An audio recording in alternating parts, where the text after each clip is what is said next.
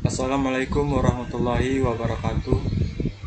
Perkenalkan, nama saya Suito Sugeng dari kelas 07 TMSP 002 NIM 18 10 10 320 283. Di sini saya akan menjelaskan materi tentang inflasi dan indeks harga.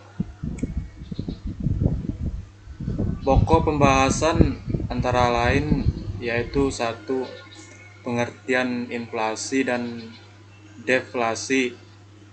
Selanjutnya jenis inflasi, teori inflasi, sebab timbulnya inflasi, cara mengatasi inflasi, dampak inflasi, cara menghitung inflasi, pengertian indeks harga, ciri-ciri indeks harga, dan yang terakhir adalah metode penghitungan indeks harga. Pengertian inflasi dan deflasi. Inflasi adalah proses meningkatnya harga-harga secara umum dan terus-menerus dalam jangka waktu yang lama, atau keadaan yang menyatakan nilai uang menurun. Deflasi adalah proses menurunnya harga-harga secara umum dan terus-menerus dalam jangka waktu lama atau keadaan yang menyatakan nilai uang meningkat. Jenis-jenis inflasi, asal timbulnya inflasi, yaitu inflasi berasal dari dalam negeri. Contohnya adalah defisitnya anggaran dan bencana. Inflasi berasal dari luar negeri, yaitu kenaikan harga minyak dunia, biaya produksi di luar negeri, dan tarif impor tinggi. Cangkupan pengaruh kenaikan harga. Selanjutnya inflasi tertutup, yaitu kenaikan harga beberapa barang tertentu. Selanjutnya inflasi terbuka, yaitu kenaikan harga secara keseluruhan. Inflasi yang tak terkendali, yaitu inflasi yang sangat hebat dan terjadi kenaikan harga secara terus-menerus. Selanjutnya inflasi ringan, lebih dari 10% per tahun. Inflasi sedang 10% atau 30% setahun. Inflasi berat 30-100% setahun. Dan yang terakhir adalah inflasi tidak terkendali, lebih dari 100% setahun. Teori-teori inflasi. Yang pertama yaitu teori kuantititas. Inflasi diakibatkan oleh dua faktor, yaitu yang pertama jumlah uang yang beredar. Yang kedua, psikologi masyarakat mengenai kenaikan harga di masa mendatang. B. Teori Keynes inflasi. Terjadi karena yang pertama itu keinginan masyarakat untuk hidup di luar batas kemampuan ekonominya. Yang kedua, adanya perbuatan rezeki antar kelompok. Yang terakhir adalah teori strukturalis. Penyebab inflasi ialah yang pertama kekakuan atau ketidakelastisan penerimaan ekspor. Yang kedua, ketidakelastisan penawaran bahan makanan. Sebab timbulnya inflasi, yang pertama, tarikan permintaan. Bertambahnya permintaan terhadap barang dan jasa yang menyebabkan terjadinya kenaikan harga. Yang kedua, cost push inflation, disebabkan oleh kenaikan biaya-biaya produksi, yaitu bahan baku dan upah atau gaji. Selanjutnya, cara mengatasi inflasi. Yang pertama, kebijakan moneter. Politik diskonto. Selanjutnya, kebijakan bank sentral untuk menaikkan atau menurunkan suku bunga. Selanjutnya, politik pasar terbuka, yaitu kebijakan untuk membeli atau menjual surat berharga. Pengawasan kredit secara efektif, yaitu seleksi pemberian kredit secara ketat. Selanjutnya, politik persediaan kas, yaitu politik menaikkan atau menurunkan cadangan kas dari bank. Kebijakan selanjutnya yaitu kebijakan fiskal, pengaturan pengeluaran pemerintah, APBN, peningkatan tarik pajak. Kebijakan non-moneter, yang pertama peningkatan produksi, yang kedua kebijakan upah, dan yang terakhir adalah pengawasan harga.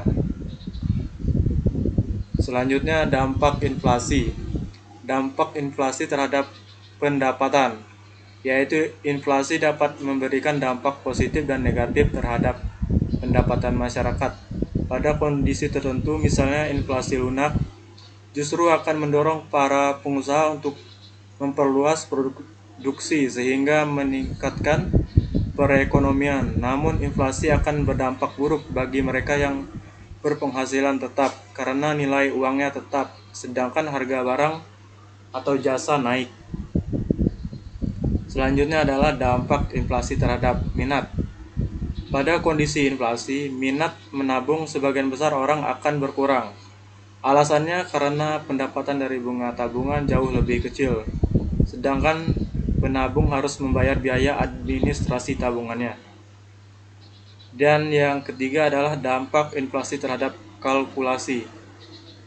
Kondisi inflasi akan mengakibatkan perhitungan penetapan harga pokok menjadi sulit, karena bisa menjadi terlalu kecil atau terlalu besar. Presentasi inflasi yang terjadi di masa depan seringkali tidak dapat diprediksi dengan akurat.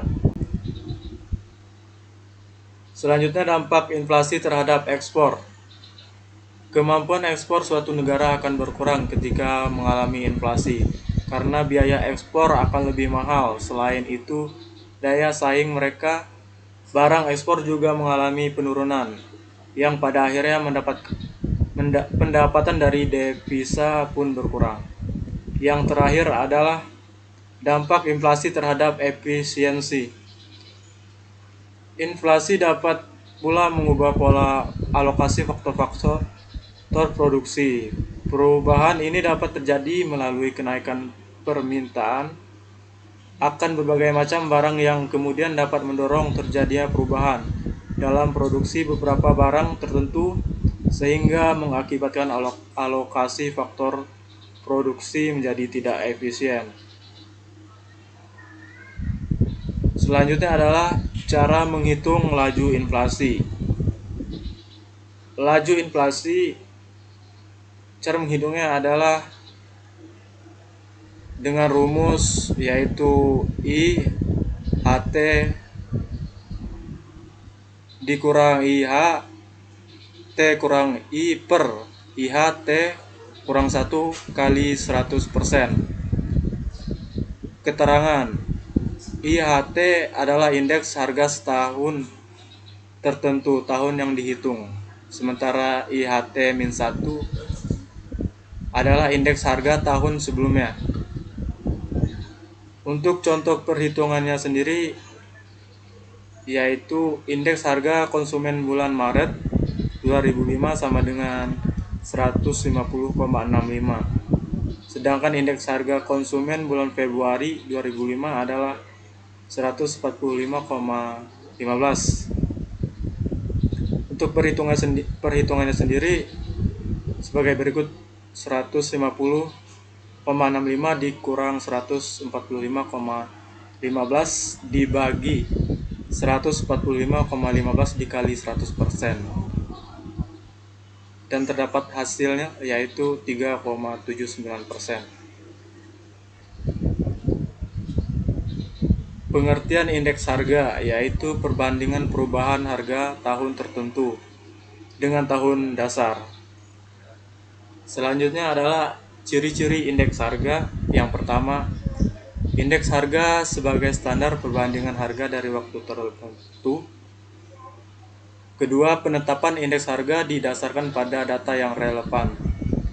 Yang ketiga, indeks harga ditetapkan oleh sampel bukan populasi.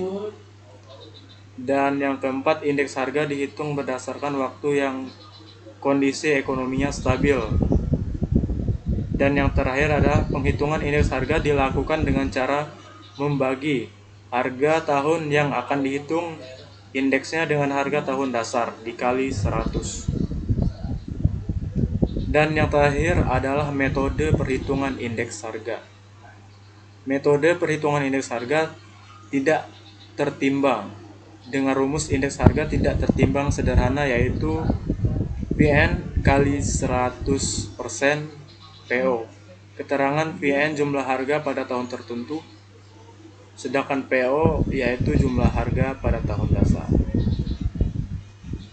Demikian presentasi dari saya ucapkan